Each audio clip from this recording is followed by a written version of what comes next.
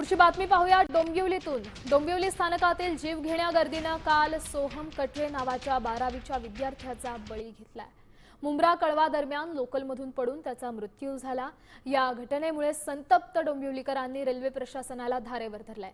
आणखी किती बळी घेणार असा संतप्त सवाल विचारलाय। प्रवाशांनी डोंबिवली सीएसएमटी आणि दादर या छोट्या पल्ल्याच्या गाड्या वाढवण्याची मागणी पुन्हा एकदा लावून धरली।